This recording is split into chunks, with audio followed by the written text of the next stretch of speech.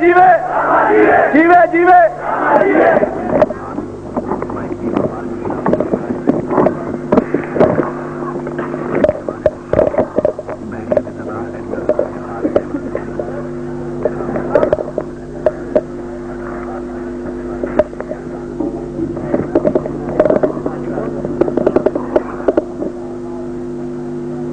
واعتصموا بحبل الله جميعا ولا تفرقوا واذكروا نعمة الله عليكم إذ كنتم أعداء فألف بين قلوبكم فأصبحتم بنعمته إخوانا وكنتم على شفا حفرة من النار فأنقذكم منها كذلك يبين الله لكم آياته لعلكم تهتدون.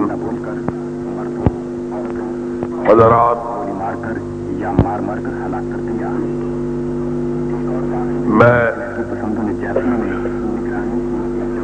اپنے ان نوجوان ساتھیوں،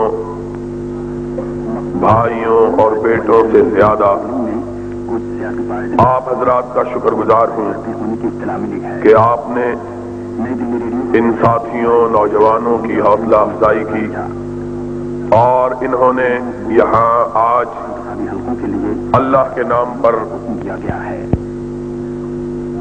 جو مجلس بپا کی ہے، آپ نے اسے رونق بخشی.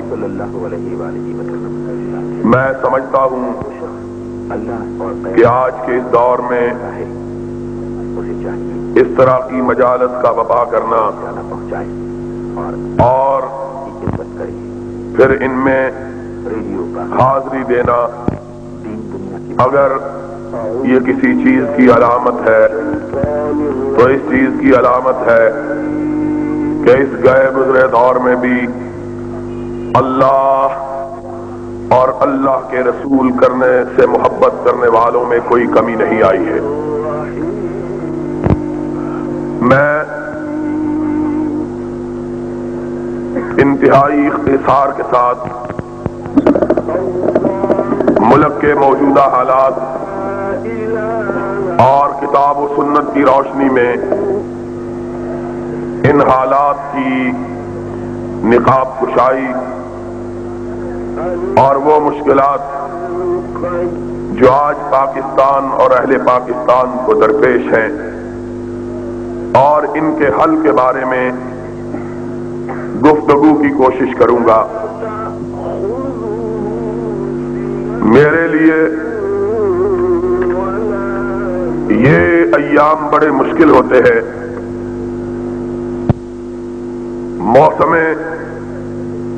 گرما اور سرما کے درمیانی دن، چاہے سرما کی آمد ہو چاہے گرما کی آمد ہو، اس لیے کہ یہ دونوں موسم بہار کے موسم کہلاتے ہیں اور ان موسموں میں بڑی کثرت کے ساتھ لوگ پاکستان کے مختلف شہروں اور بستیوں میں جلسوں کا انعقاد کرتے ہیں اور پھر ان کا اصرار ہوتا ہے ہر جگہ سے کہ میں ان کے ہاں ضرور حاضری دوں، اور باوجود میری گزارشات کے اور اس بات کے کہ پاکستان کے ہر بڑے قصبے اور ہر بڑے شہر میں میں حاضری نہیں دے سکتا، لیکن لوگوں کا اصرار انکار پر غالب ہی آتا ہے.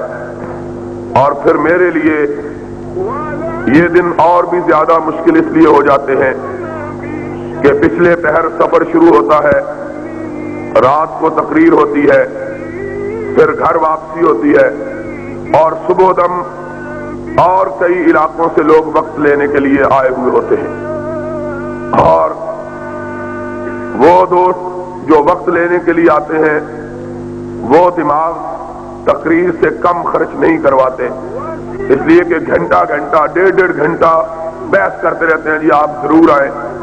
اور میں ان کو کہتا ہوں کہ اگر پاکستان کی بستیوں، قصبوں، دیہاتوں اور شہروں کو شمار کیا جائے تو 10 برس میں بھی میں پاکستان کی ساری بستیوں میں حاضری نہیں دے سکتا، لیکن اس کے باوجود بہرحال ان کی محبت کی وجہ سے مجھے باقی اپنے سارے کام سمیٹ دینے پڑتے ہیں اور اس وجہ سے انسان ہوں پیالہ و ساغر نہیں ہوں میں، تھک جاتا ہے انسان خون اور جسم، اور انسان جو گوشت پوست کا مرکہ ہوتا ہے اس کے اندر اتنی ہمت طاقت نہیں ہوتی کہ وہ دن رات اتنا سفر کر سکے۔ میں سمجھتا ہوں کہ میرے بھائی اور میرے ساتھی اور میرے دوست خطبہ حضرات مولانا یزدانی صاحب، قاری عبدالحفیظ صاحب، مولانا عبداللہ شیخو پوری صاحب، مولانا عبدالعلیم صاحب اور دیگر بھائی جو یہ دن رات سفر کرتے رہتے ہیں، ان کی بڑی بہادری کی بات ہے، لیکن میں واقعی طور پر بیٹھ کر تقریر کرنا پسند نہیں کرتا،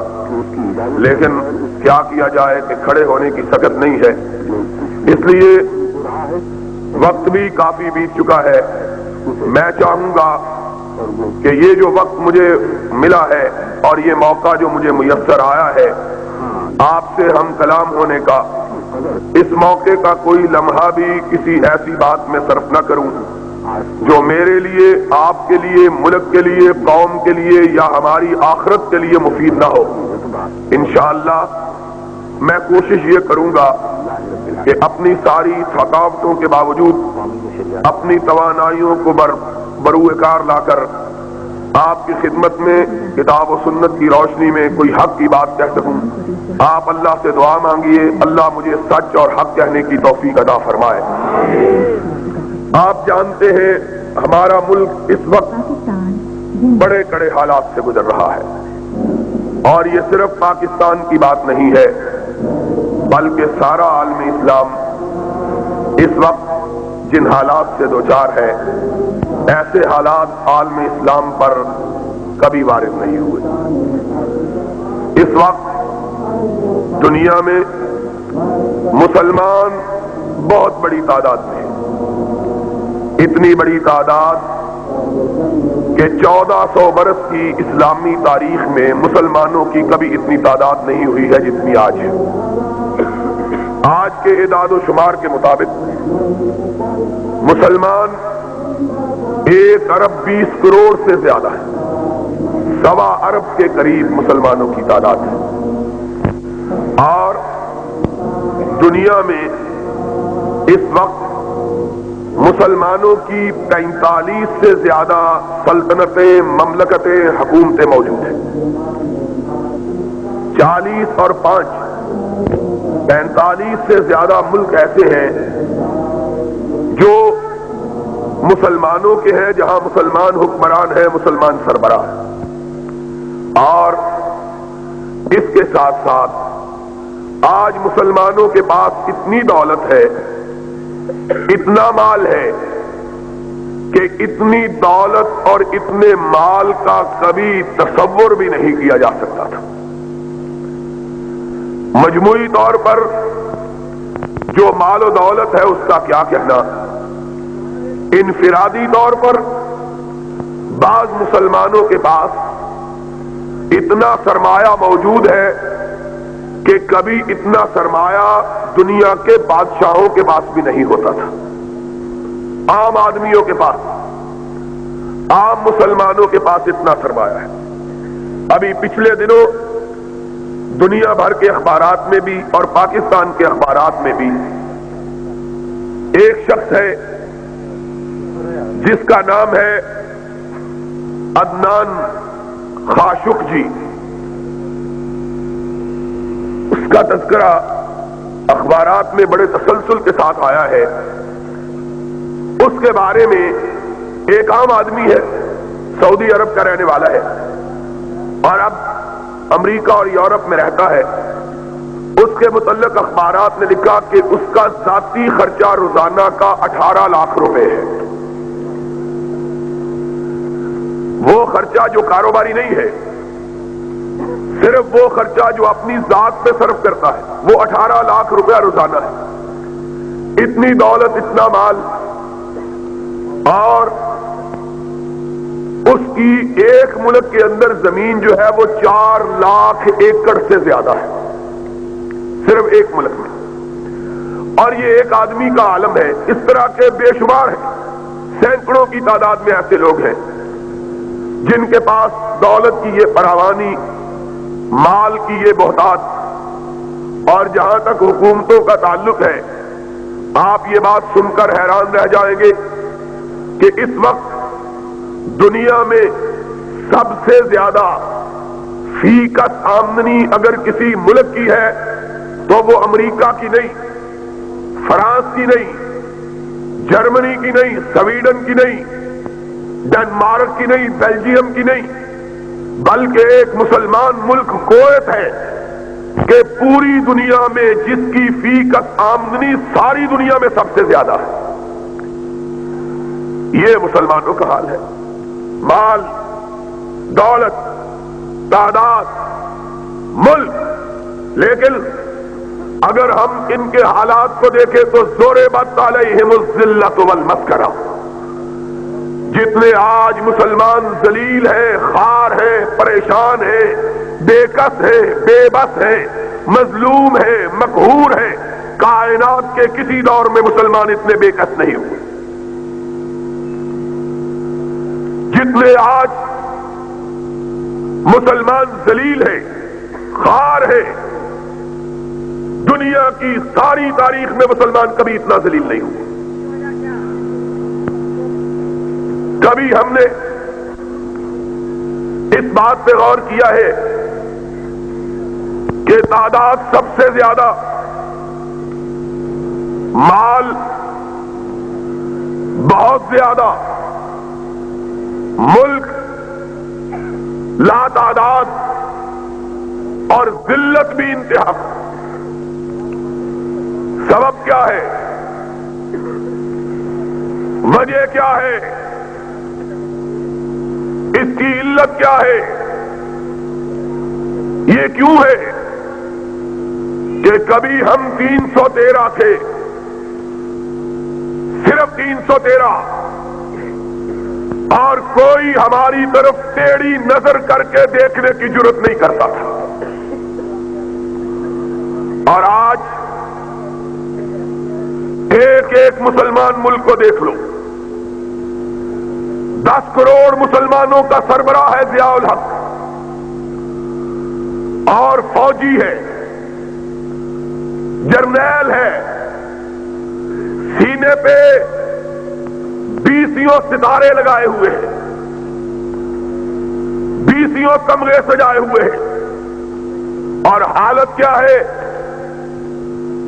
راجیو گاندھی کی بیوی کے سامنے رکوع میں جھکا ہوا ہے۔ کھلو جاؤ بھائی، تسی بڑے ہی کالے ہو، ایک ادھروں بولے ہیں وجہ کی، ایک ادھروں بول پہ، عجیب بات ہے۔ پہلے بات تو سن لو، پھر اکٹھے ہی لڑیں گے اس سے۔ تم تو گھر جا کے سو جاؤ گے، اکیلا میں یہاں کھڑا رہ جاؤں گا۔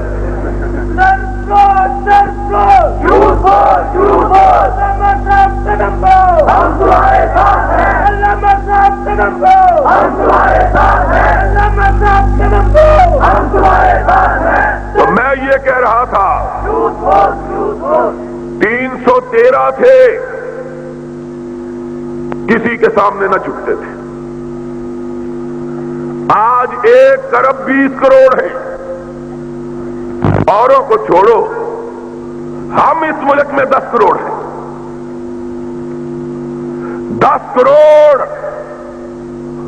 اگر مرنے کا عزم کر لیں، رب کعبہ کی قسم ہے، مشرق و مغرب مل جائے، روس امریکہ کی قوتیں اکٹھی ہو جائیں، یہ 10 کروڑ اللہ کی راہ میں مٹنے کا عزم کر لے، ساری کائنات مل کے ان کو مٹا نہیں سکتی ہے۔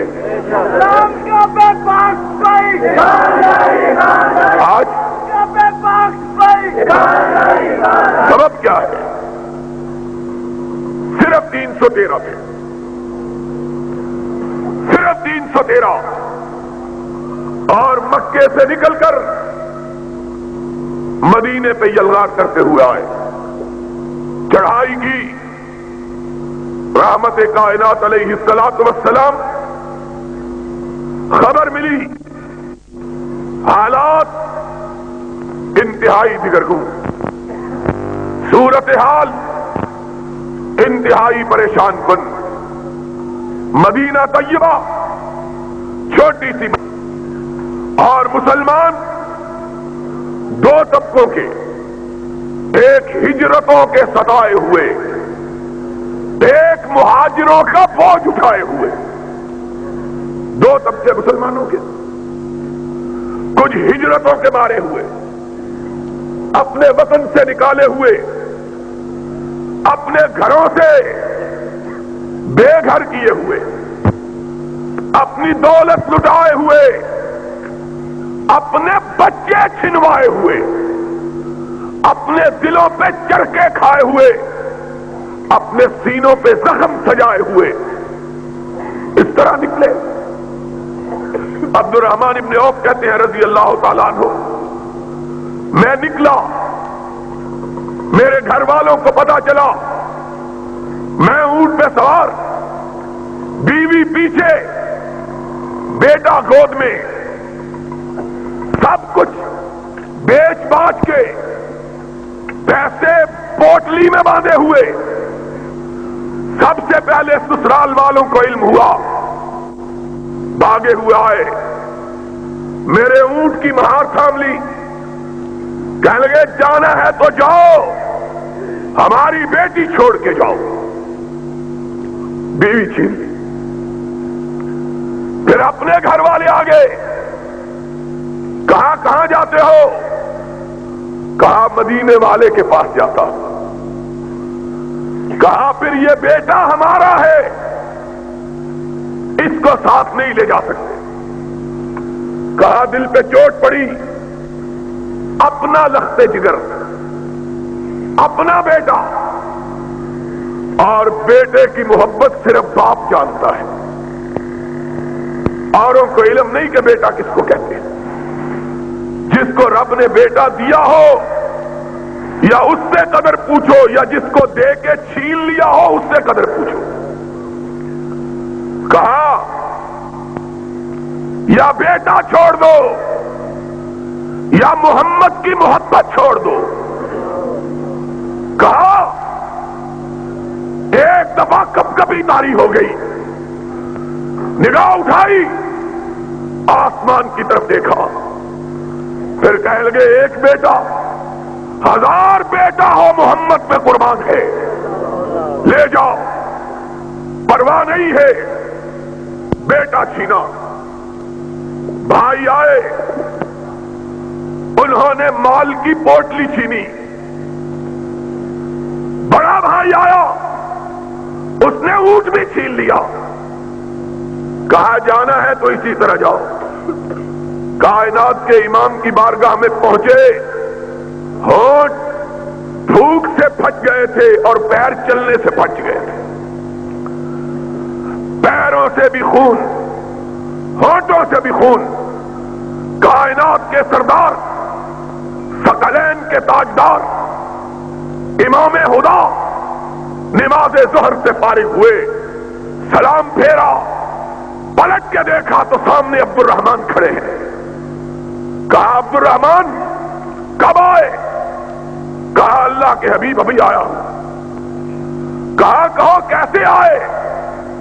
کہا آقا سب کچھ لٹا کے آیا ہوں، دین بچا کے آیا ہوں۔ فرمایا عبد الرحمن دین بچا کے آئے ہو، سب کچھ لٹا کے آئے ہو تو کچھ بھی نہیں لٹایا ہے، جنت پا کے آگے ہو، اللہ کی رضا پا کے آگے ہو۔ یہ لوگ، ایک صحابی اٹھتا ہے، عبد الرحمن کا قصہ سنتا ہے، عرض کرتا ہے آقا بیوی بھی اس سے چھین لی، بیٹا بھی چھین لیا، دولت بھی چھین لی۔ اللہ کے رسول میرا جتنا مال ہے 2 حصوں میں تقسیم، آدھا اس کو دے دیجئے، آدھا مجھ کو دے دیجئے۔ ایک نے کہا اللہ کے حبیب اس کا کوئی گھر نہیں، میرا آدھا گھر لے لیجئے۔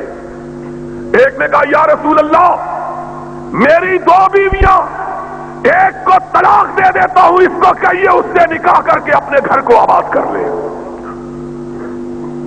کچھ ہجرتوں کے ستائے ہوئے، کچھ مہاجروں کے بوجھ اٹھائے ہوئے، کچھ امام کونین کی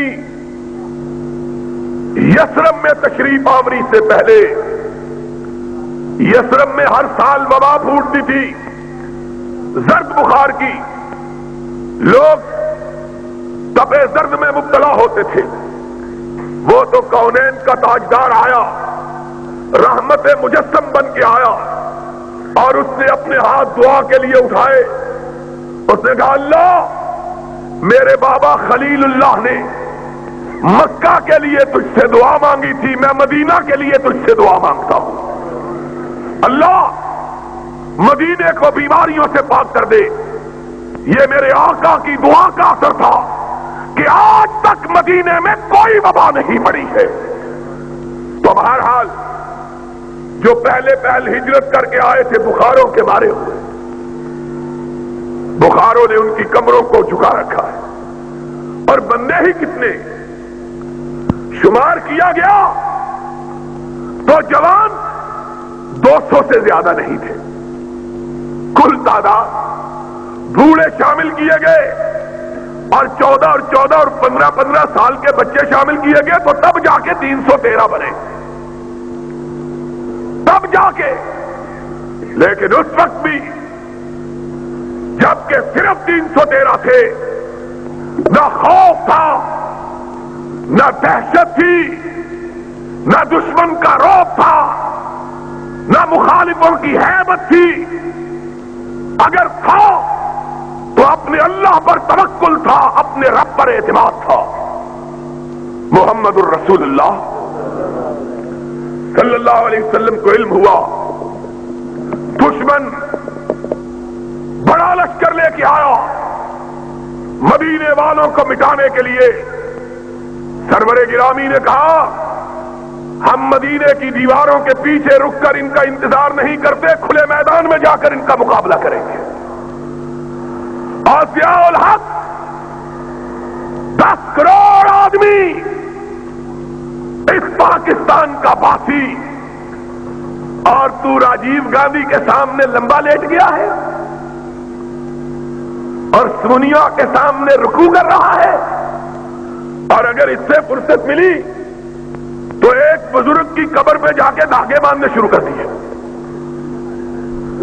مجھے اور ساری باتوں کی سمجھ آ گئی، دھاگوں کی سمجھ نہیں آئی ہے۔ وہ دھاگے ہی باندھنے تھے تو اتنی دور جانے کی کیا ضرورت تھی؟ یہ بابا چھتری والا یہاں پڑا ہے، اس کو دھاگے باندھ لیتا، دھاگے ہی باندھنے تھے نا۔ اور کسی وکیل نے کہا کسی بستی کے ایک چودھری نے کسی بندے کو قتل کر دیا، گاؤں میں بھی بڑے وکیل تھے، بندہ قتل کرنے والا چودھری تھا۔ گاؤں کے وکیلوں نے کہا بابا اس کے بیٹوں کو ہم کو وکیل کرو، ہم مقدمہ لڑیں۔ کہنے لگے نہیں، یہ بڑا چودھری آدمی ہے، ہم شہر کا وکیل کریں گے۔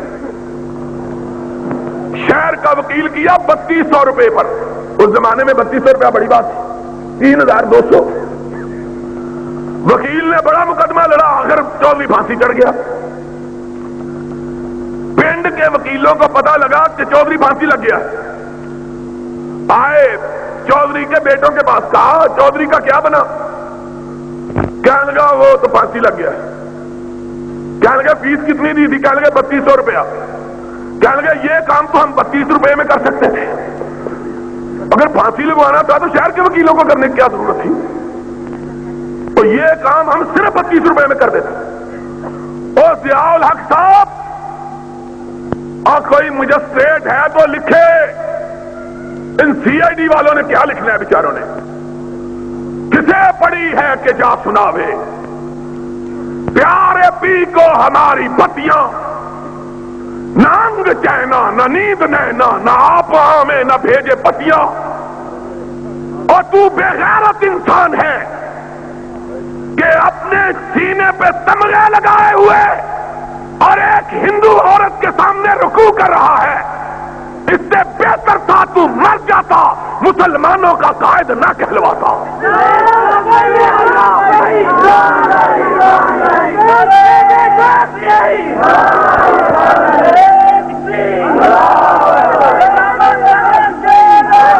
کیا کہتے ہو؟ آج اگر یہ بے غیرتی کرنی تھی پھر وہاں جانے کی کیا ضرورت تھی؟ ہائے! اور لوگوں ایک بات سن لو، سی آئی ڈی والوں لکھو، اس کو پہنچاؤ، جو اپنوں سے لڑا کرتے ہیں وہ بیگانوں سے لڑنے کی ہمت، تم اپنوں سے ہمارے خلاف۔ حجاج بن یوسف کے زمانے میں ایک دفعہ حملہ ہوا تو ایک عورت نے کہا کمانڈر عورتوں کے اوپر چڑھ دوڑا، مارا عورتوں کو بڑا، جب بندے لڑنے کے لیے آئے تو اپنی بیوی کے پیچھے جا کے چھپ گیا۔ اس نے کہا اسد علیہ وفی الحروب نعامۃ، اور میرے خلاف تو شیر تھے، مردوں کے مقابلے میں بھیڑ بھی نہیں نکلے، ہم کو مارنے کے لیے تو بڑے دلیر۔ پولیس فوج، یہ بیچارے پولیس فوج ہمارے بھائی ہیں، ان بیچاروں کا کیا ہے؟ لیکن تم، قرآن کہتا ہے، مومنوں کی شان بیان کرتا ہے، اشداء علی الکفار رحماء بینہم، مومن وہ ہیں جو اپنوں کے لیے نرم، غیروں کے لیے گرم ہو، ہلکا یاراں تو بریشم کی طرح نرم ہو، ہلکا یاراں تو بریشم کی طرح نرم، رزم حق و باطل ہو تو فولاد ہے مومن۔ لیکن یہ مومن شب موم کر لیا، سحر آہن بنا دیا۔ ہمارے لیے فولادی اور اندرا گاندھی کے بیٹے کے لیے موم کا، اور لکھا ہے اخباروں نے، لکھا ہے کہ اندرا گاندھی کے بیٹے نے سلام بھی نہیں لی، یہ جھپے مار کے ڈال گیا۔ وہ سلام لینے کے لیے جھپے مارتا پیا، ایسا انہیں قوم نو بھی جفا ماریا، چھڈن دا نام ہی نہیں لیتا، قوم کو بھی جفا مارا ہوا ہے۔ اس نے سلام لینا، اور لوگ کہتے ہیں ڈپلومیسی ہے، یہ ڈپلومیسی اسلام کے اندر نہیں ہے، یہ اسلام کے اندر، یہ ڈپلومیسی اسلام کہتے کیا ہے؟ کہتے ہیں کوئی بات نہیں، ہم کو بچا لیا ہے۔ ہم نے کہا بزدلی سے اگر کوئی قوم بچا کرتی تو کبھی بہادروں پہ موت نہ آتی۔ بزدلی بھی کبھی قوموں کو بچاتی ہے، قوموں کو بہادری بچاتی ہے۔ آؤ، اگر یقین نہیں آتا تو محمد کے ستاروں کو دیکھو، صلی اللہ ہو، سرور کائنات کی وفات ہو چکی ہے، آپ کی نعش مبارک مسجد نبی کے ساتھ حجرہ صدیقہ میں رکھی ہے۔ لوگوں کو پتا چلتا ہے 4 گروہ، 4، ایک کوہستان کے قبائل کا، ایک مسلمہ کے ساتھیوں کا، ایک مانعین زکات کا، ایک روم کے لشکروں کا، 4 گروہ مدینہ کی طرف دیکھ رہے ہیں۔ اور مسلمانوں، آج تمہیں اپنی تاریخ بھی بھول گئی ہے، آج کچھ یاد نہیں رہا، آج ہم سب چیزیں بھول چکے ہیں، آج ہم نے کفر کو اسلام اور اسلام کو کفر بنا دیا ہے، آج خرد کا نام جنو اور جنو کا خرد رکھ دیا ہے۔ گزری ابھی مسلمان، اور سوچو تو صحیح، آج بھی جس کے دل میں ایمان ہے، نبی کی وفات کی بات سن کر اس کی آنکھوں میں آنسو آ جاتے ہیں، آتے ہیں کہ نہیں آتے؟ نبی، اور جن کے پاس نبی تھا علیہ الصلاۃ، جو ان کے پیچھے نمازیں پڑھتے تھے، جو اس کے جھنڈے کے نیچے جہاد کرتے تھے، اور جو اس کے چہرہ پرانوار کو دیکھ کے اپنے آپ کو جنتی بناتے تھے، جو اس کے چہرے کو دیکھ کے اپنی آنکھوں کو ٹھنڈک میں ڈالتے تھے، آج کس کو دیکھیں؟ آج ان کو نبی کا چہرہ اقدس نظر نہیں آتا، اتنا بڑا غم ہے. میں کہتا ہوں سارے کائنات کے غم میں ایک طرف، اکیلے مدینے والے کی وفات کا غم امام کائنات نہیں رہا. وہ غم کا عالم یہ تھا کہ بلال نے حضور کی وفات کے بعد اذان کہنی چھوڑ دی تھی، اور جب لوگوں نے کہا تھا بلال اذان کیوں نہیں کہتے، تو اس نے کہا تھا اب اشہد ان محمد رسول اللہ کہہ کے میں کس کے چہرے کو دیکھوں گا. لوگوں کے غم کا عالم. غم کی حالت یہ تھی کہ لوگ کہتے تھے اگر ہمارے سینوں پہ احد پہاڑ بھی رکھ دیا جاتا تو سینہ اتنا مچلا ہوا اور مسلا ہوا نہ دکھائی دیتا جتنا محمد کریم کی وفات سے دکھائی دیا. اور فاطمۃ الزہرا نے کہا تھا صبت علی مصائب لو انہا صبت علی الایام سرن لیالیا. مجھ پہ میرے باپ کی وفات کے ساتھ اتنے غم ٹوٹ پڑے کہ اگر دنوں پہ ٹوٹتے تو دن سیاہ ہو جاتے، راتوں میں بدل جاتے. اتنا غم ہوا کہ فاروق جیسا بہادر آدمی اپنے اعصاب گم کر بیٹھا. اس نے تلوار نکال لی اور کہا جو کہے گا کہ محمد فوت ہو گئے میں اس کی گردن کو اڑا دوں گا. ہوش حواس گم ہو. مدینے میں اس طرح ہو بکا ہوا کہ اس طرح معلوم ہوتا تھا زمین کا کلیجہ شک ہو جائے گا، آسمان پھٹ جائے گا. اتنا لوگوں کو غم تھا.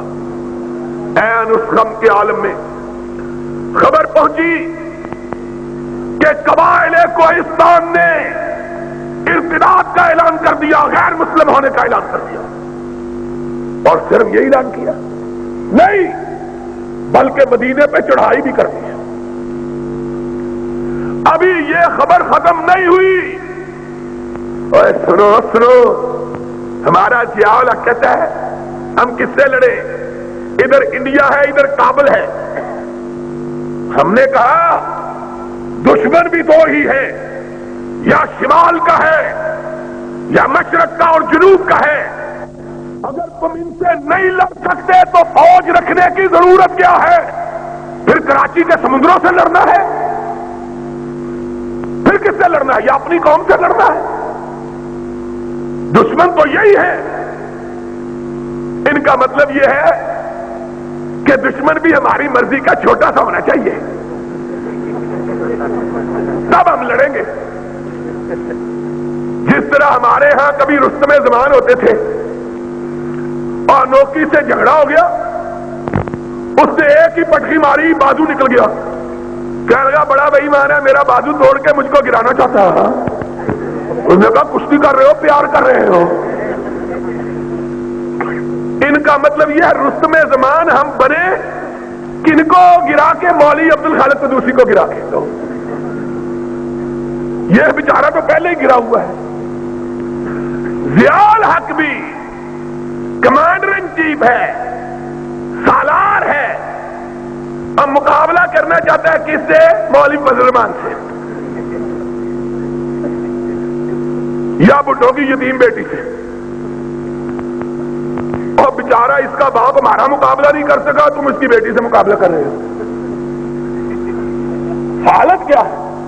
ان کا مطلب یہ ہے دشمن بھی ہماری مرضی کا. اور جب سیاہ چین پہ انڈیا نے قبضہ جما لیا، انڈیا نے فوجی دور میں، سیاستدانوں کے دور میں نہیں، فوجیوں کے دور میں، ماشاء اللہ کے دور میں کہتے ہیں قبضہ کر لیا. پھر کیا وہاں تو گھاس بھی نہیں ہوتی، گھاس تو اس سڑک پر بھی نہیں ہوتی، یہ بھی انڈیا کو دے دو. پھر